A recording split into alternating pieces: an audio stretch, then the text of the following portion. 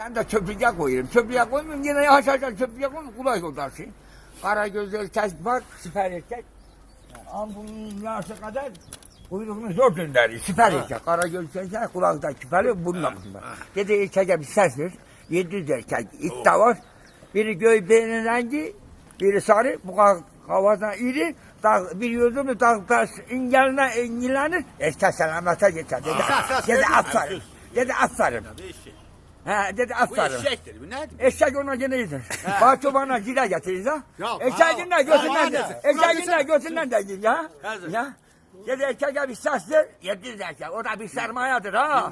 Dedi erkeğe bir ses ver. Ses verecek bahçıvan. Bahçıvan başaran çoban. Ses verecek ya. Onda asıl bahçıvana ise hayvan olmayla.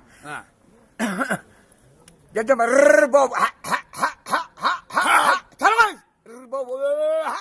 Sağa da kulattı, sola da kulattı, terbiye otladı, kefene baktı. Acıtı kalktı lezzetli tabii. Dedim sen süper bak. Bunu gibi eşeğe esas verdin mi? Bir ittirdi mi, kalktı İngilizler, eşya selamete geçer ha. Dedim sen kırar bak çubasını, dedi aferin. Dedim sen de yaramazsınız, ben de yaramaz.